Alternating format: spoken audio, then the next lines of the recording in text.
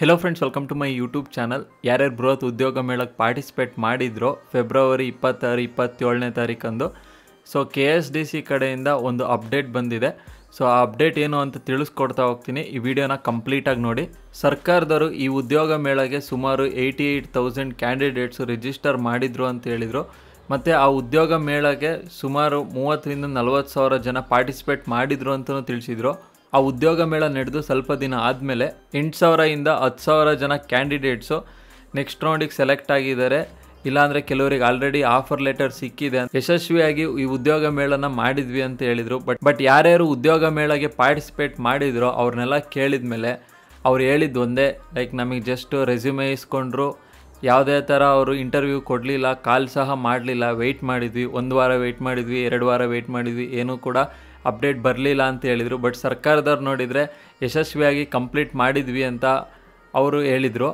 KSDC ಅವರು ಎಂಪ್ಲಾಯರ್ಸ್ಗೆ, ಅಂದರೆ ಯಾವ್ಯಾವ ಕಂಪನಿ ಆ ಉದ್ಯೋಗ ಮೇಳಗೆ ಪಾರ್ಟಿಸಿಪೇಟ್ ಮಾಡಿದ್ರೋ ಸೊ ಅವರಿಗೆಲ್ಲ ಒಂದು ಇನ್ಸ್ಟ್ರಕ್ಷನ್ನ ಕೊಟ್ಟರು. ಸೊ ಇಲ್ಲೇನಾಗಿದೆ ಅಂದರೆ, ಕೆಲವು ಕಂಪ್ನಿಗಳು ಆ ಉದ್ಯೋಗ ಮೇಳ ದಿವಸ ಮಾತ್ರ ರೆಸ್ಯೂಮೆನ ಇಸ್ಕೊಂಡೋದ್ರು ಮತ್ತು ಫೋನ್ ನಂಬರ್ ಕೂಡ ಕಲೆಕ್ಟ್ ಮಾಡಿಕೊಂಡ್ರು. ಯಾವುದೇ ಥರ ಇಂಟರ್ವ್ಯೂನ ಕೊಡೋದಾಗಲಿ ಏನೂ ಮಾಡಲಿಲ್ಲ.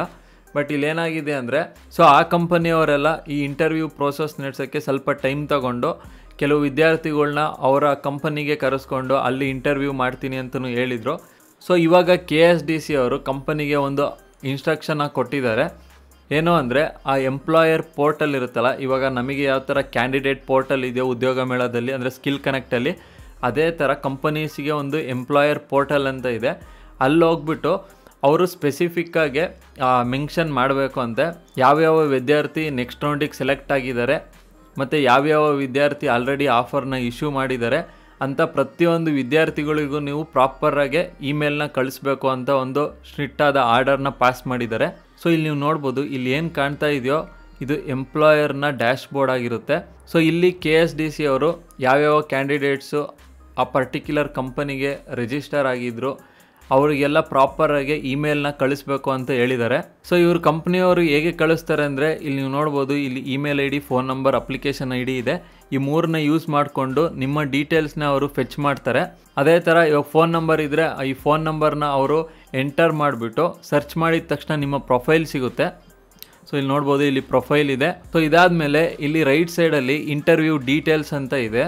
ಸೊ ಇದ್ರ ಮೇಲೆ ಅವರು ರಿಲೇಷನ್ಶಿಪ್ ಎಕ್ಸಿಕ್ಯೂಟಿವ್ ಅಂತ ಸೆಲೆಕ್ಟ್ ಮಾಡಿಕೊಂಡು ಇಲ್ಲಿ ನೀವು ನೋಡ್ಬೋದು ರೈಟ್ ಸೈಡ್ ತುಂಬ important, offered, schedule for next round, rejected ಅಂತ 3 ಆಪ್ಷನ್ ಇದೆ. ಸೊ ಕ್ಯಾಂಡಿಡೇಟ್ಸು ಸೆಲೆಕ್ಟ್ ಆಗಿದ್ದರೋ ಅಥವಾ ಇಲ್ವೋ ಅಂತ ಈ 3 ಬಟನ್ನು ಡಿಸೈಡ್ ಮಾಡುತ್ತೆ. ಇಲ್ಲಿ ಆಫರ್ಡ್ ಅಂದರೆ, ಸೊ ಆ ವಿದ್ಯಾರ್ಥಿ ಸೆಲೆಕ್ಟ್ ಆಗಿದ್ದಾರೆ, ಅವರಿಗೆ ಆಫರ್ ಲೆಟರ್ನ ಇಶ್ಯೂ ಮಾಡಿದ್ದೀವಿ ಅಂತ.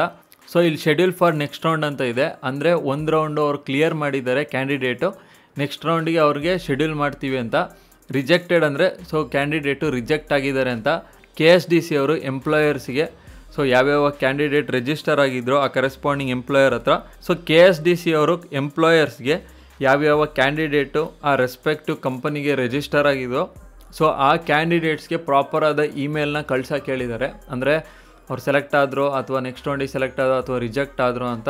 ಸೊ ಯಾರಿಗಾರು ಆಲ್ರೆಡಿ ಮೇಲ್ ಏನಾದ್ರು ನಿಮಗೆ ಬಂದಿತ್ತು ಅಂದರೆ, ಯಾರಿಗಾರು ಆಫರ್ ಲೆಟರ್ ಬಂತು, ಇಲ್ಲಾಂದರೆ ಶೆಡ್ಯೂಲ್ ಫಾರ್ ನೆಕ್ಸ್ಟ್ ರೌಂಡ್ ಅಂತ ಯಾರ್ಯಾರಿಗೆ ಬಂದಿದೆ ಕಾಮೆಂಟ್ ಬಾಕ್ಸಲ್ಲಿ ಹಾಕಿ, ಇದರಿಂದ ಬೇರೆಯವ್ರಿಗೆ ಹೆಲ್ಪ್ ಆಗುತ್ತೆ. ಸೊ ಈ ವಿಡಿಯೋ ಏನಾದ್ರು ಇಷ್ಟ ಆದರೆ ಲೈಕ್ ಮಾಡಿ, ಶೇರ್ ಮಾಡಿ, ಸಬ್ಸ್ಕ್ರೈಬ್ ಮಾಡಿ. ಮುಂದಿನ ವಿಡಿಯೋದಲ್ಲಿ ಭೇಟಿ ಆಗ್ತೀನಿ ಫ್ರೆಂಡ್ಸ್.